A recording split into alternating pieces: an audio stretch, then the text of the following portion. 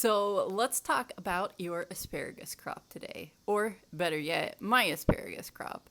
So, one interesting thing about asparagus is that it takes forever for the plant to get established, but once it's established, it will feed you for years to come. Another fun fact about asparagus is that it used to be classified as a relative to the onion and garlic. However,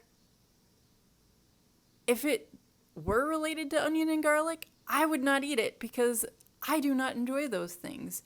I don't think that, how could somebody misclassify the asparagus plant? It just doesn't make sense. But anyway, you can grow asparagus from seed, or you can also grow it from the root. Now, in order to get the asparagus root, you're going to need to go to a local greenhouse, and you're probably going to find it in the springtime.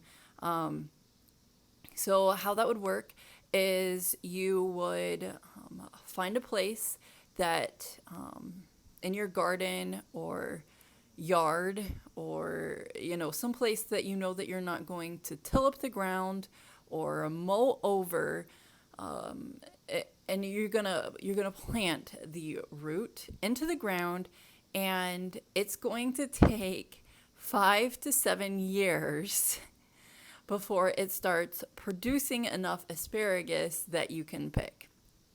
Crazy, right? So anyway, I want to share with you some of my asparagus plants. Now, these aren't just my asparagus plants, but they're also my grandparents' asparagus plants. They purchased a property, I think it was probably back in the 1950s, and it had all of these cool plants already growing on it. And it had a very well-established asparagus crop already growing on it when they purchased the land. So you pick asparagus at a fairly young age, and what happens is, as long as you keep picking the asparagus plant, it'll keep growing more shoots. Now, you're not going to want to continue to pick the asparagus into late summer, because you want that asparagus to eventually go to seed. The asparagus plant is going to look quite differently than the actual asparagus shoot when it goes to seed. It's going to look very fern-like, and that's one of the cool things about the plant.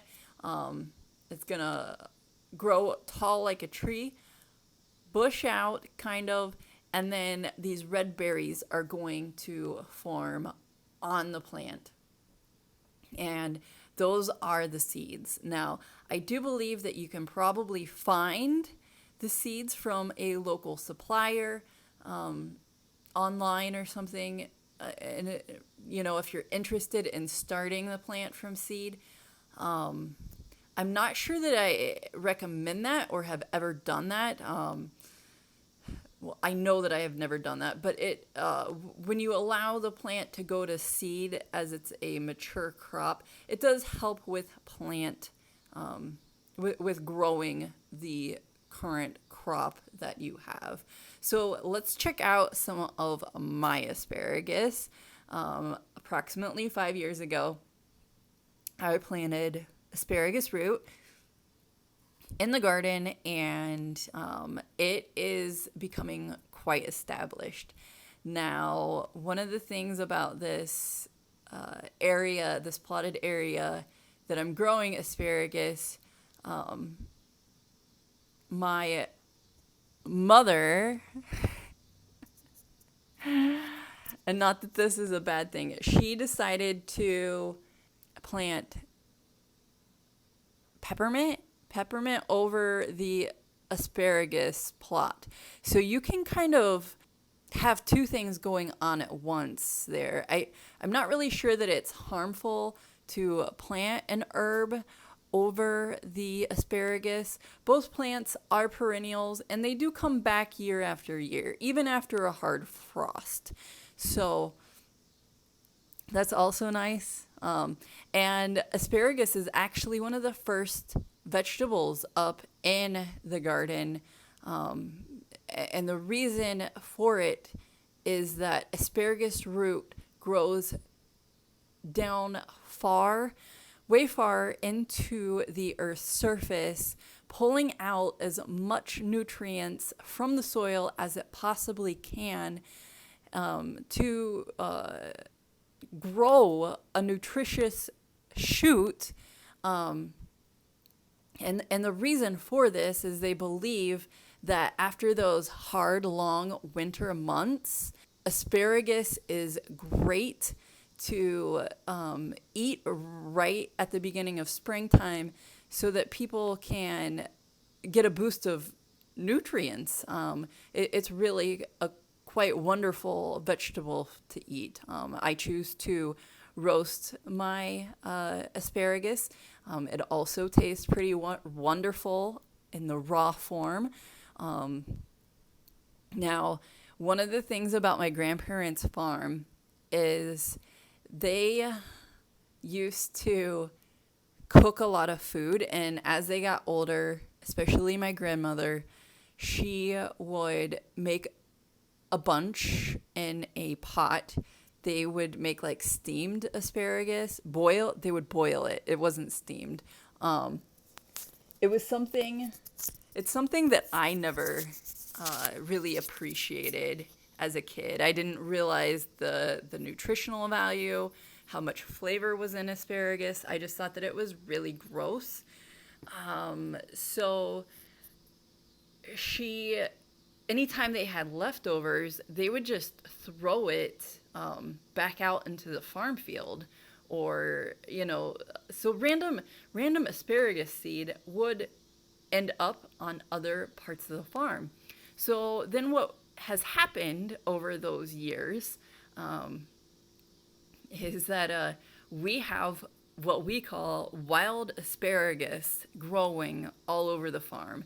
And it's really quite wonderful because due to the fact that my 5-year crop only produces, probably like 3 handfuls, like 3 or 4 meals worth of asparagus, we can go around to all of these other wild asparagus spots and pick and just have like asparagus now for quite a while. So it's really quite wonderful. So let me know if you guys have any questions about asparagus down below. If you're interested in cooking methods or anything like that, be sure to ask me, because one of the things that I recommend with vegetables, and so many people don't realize, is if you roast a vegetable, it is so much tastier than if you were to boil it or even steam it. It's crazy the flavor that most vegetables have, and we just didn't know how to cook them as a family, I guess. So anyway, I'll see you guys later. Thank you so much for joining me for this short video, and I hope you've enjoyed my little stories on asparagus. Have a great night. Bye.